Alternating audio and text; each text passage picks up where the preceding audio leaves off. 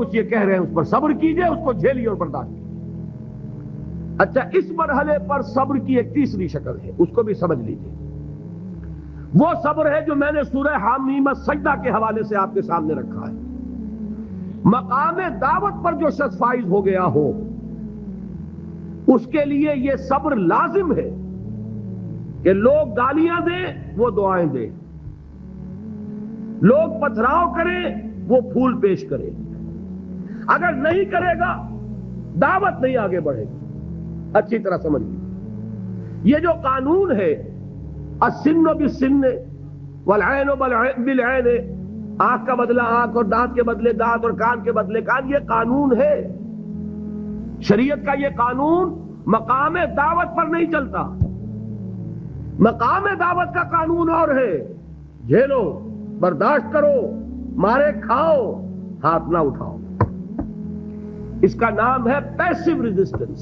وہ میں نے کل کہا تھا نا کہ تین مجھے اصطلاحات آپ کو بتانی ہے اور اس کا مفہوم۔ تیسرے لیول پر جب آپ آ جائیں گے اقامت دین کی جد و جہد میں، اس کے لیے پہلا صبر کیا ہے؟ صبر محض۔ اب میرے پاس کوئی اور لفظ نہیں ہے ترجمہ کرنے کے لیے۔ صبر محض سے کوئی بات شاید بہت سے حضرات کی سمجھ میں نہیں آئے گی۔ صرف صبر کیا مانی؟ Passive resistance.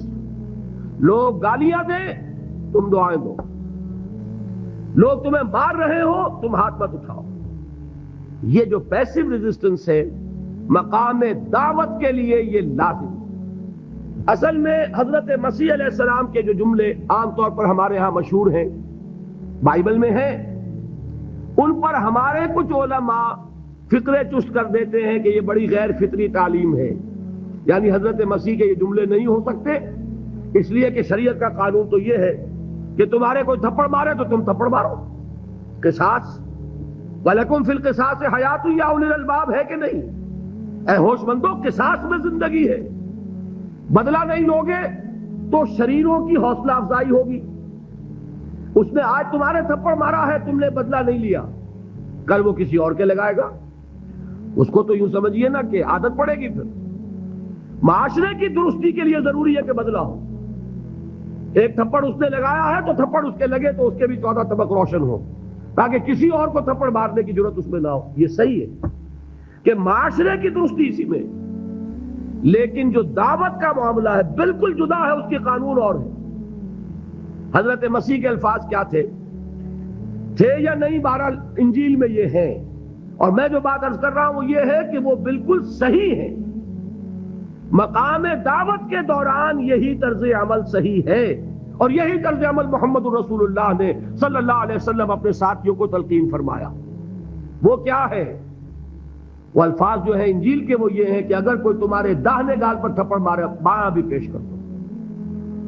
اگر کوئی تمہارا چغا لینا چاہے نالش کر کے تو تم اس کو کرتا بھی اتار کے دے دو۔ اگر کوئی تمہیں بیگار میں 1 کوس لے کے جانا چاہے تم 2 کوس اس کے ساتھ جاؤ۔ اس پر کہا گیا کہ یہ بڑی غیر فطری تعلیم ہے۔ یقیناً قانون کے اعتبار سے غیر فطری ہے، دعوت کے اعتبار سے یہ لازمی ہے۔ یہی دعوت کا یہی قانون ہے جو 12 برس تک مکے میں محمد الرسول اللہ نے نافذ کیا۔ صحابہ کو کیا حکم تھا؟ تمہیں کتنا ہی مارا جائے تم جواب میں کوئی کارروائی نہیں کر سکتے۔ نو ریزسٹنس، نو ریٹیلیشن۔ ریزسٹنس تو ہے، پیسو ریزسٹنس۔ ریزسٹنس کیا ہے؟ کہ پیچھے مت ہٹنا۔ وہ سارا دباؤ کیوں دے رہے تھے کہ تم اپنا تعلق منقطع کرو محمد سے صلی اللہ علیہ وسلم، تم توحید کو چھوڑو، اپنے آبائی دین میں آؤ۔ اسی کے لیے پریشرائز کر رہے تھے نا۔ حضرت بلال کو مار رہا ہے امیہ ابن خلف، حضرت خباب بن الارت رضی اللہ تعالی عنہ کو دہکتے ہوئے انگارے زمین میں بچھا کر اور اس کے اوپر ننگی پیٹھ لٹا دیا گیا۔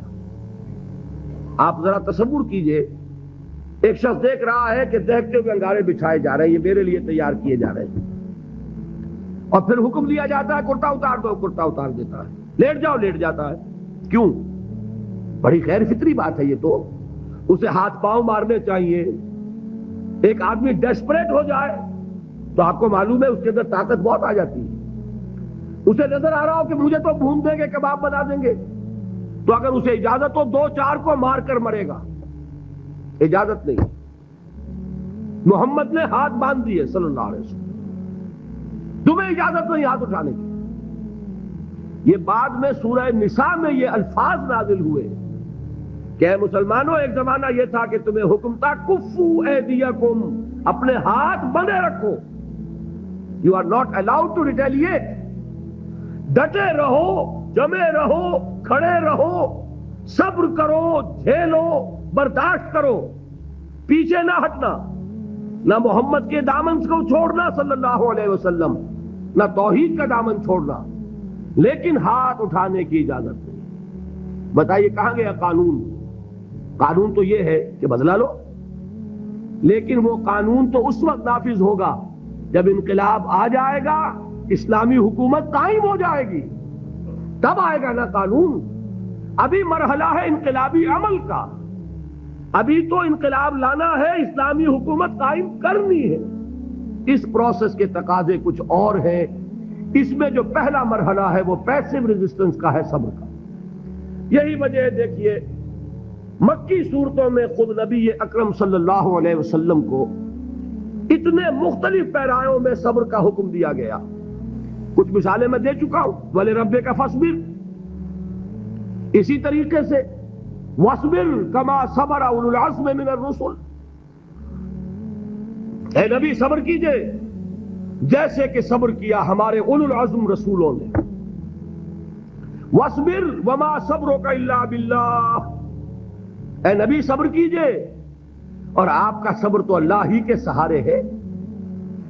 وَاصْبِرْ لِحُكْمِ رَبِّكَ، یہ سورہ نون جس کی ابتدائی آیات میں نے آپ کو سنائی، نون والقلم وما یسطرون ما انت بنعمت ربک بمجنون، اس کا اختتام کیا ہوتا ہے؟ وَاصْبِرْ لِحُكْمِ رَبِّكَ وَلَا تَكُنْ كَصَاحِبِ الْحُوتِ إِذْ نَادَىٰ وَهُوَ مَكْظُومٌ، اے نبی صبر کیجئے اپنے رب کے فیصلے کا، انتظار کیجئے اور اس مچھلی والے کے مانند نہ ہو جائیے. مچھلی والا کون؟ حضرت یونس علیہ السلام. مچھلی والے نے اپنے دینی حمیت اور غیرت جو تھی اس کی وجہ سے اللہ کے حکم کا انتظار نہیں کیا، اپنی قوم کو چھوڑ کر چل دیے. نبی کا، رسول کا یہ معاملہ ہوتا ہے. جیسے کہ آپ کو معلوم ہے کوئی افسر ہے کسی حکومت کا، وہ اپنی پلیس آف ڈیوٹی کو نہیں چھوڑ سکتا. He must stick to his place of duty. بڑے افسرز کے لیے تو یہ بہت بہت اہم بات ہے. تو اے رسول، جہاں آپ کو ہم نے تعینات کیا ہے آپ وہاں سے ہل نہیں سکتے. کہ ذرا مخالفت ہوئی، لوگوں نے فقرے چست کیے اور آپ کہیں اور چل دیے، دفع ہوئے، یہ بات نہیں سننا چاہتے، میں کسی اور کو سناؤں گا. ہو سکتا ہے نا، ہم تو کرتے ہیں نا یہ، اس لیے کہ ہمیں تو اللہ نے کہیں تعینات تو نہیں کیا نا. اگر ایک جگہ کے لوگ بات نہیں سنتے، چلو بھائی ہم کہیں اور جائیں گے، وہاں بات سنائیں گے. لیکن رسول کا معاملہ ہوتا ہے جو اس کی پلیس آف اپوائنٹمنٹ ہے، he cannot leave his place without the express permission of Allah subhanahu wa ta'ala. آپ نے یہ سنا ہوگا، سیرت کی تقاریر میں پڑھا ہوگا کہ مدینے کی طرف ہجرت کی اجازت حضور نے تمام صحابہ کو دے دی، خود منتظر رہے جب تک کہ اللہ کی طرف سے اجازت نہیں آ گئی. حضرت ابوبکر پوچھتے رہتے تھے حضور اجازت آ گئی کہ نہیں؟ نہیں ابھی نہیں آئی. حضور اذن آ گیا؟ نہیں آیا. ابھی نہیں آیا. حبشہ کی طرف سب کو بھیج دیا، اجازت دے دی جو جانا چاہے چلا جائے. حضور کی صاحبزادی جو حضرت عثمان کے نکاح میں تھی وہ بھی ہجرت کر رہی، لیکن حضور تو نہیں گئے. رسول نہیں چھوڑ سکتا اپنی جگہ کو. یہاں تک کہ تمام تقریباً صحابہ چلے گئے، حضور رہ گئے، حضرت ابوبکر رہ گئے، حضرت علی رہ گئے.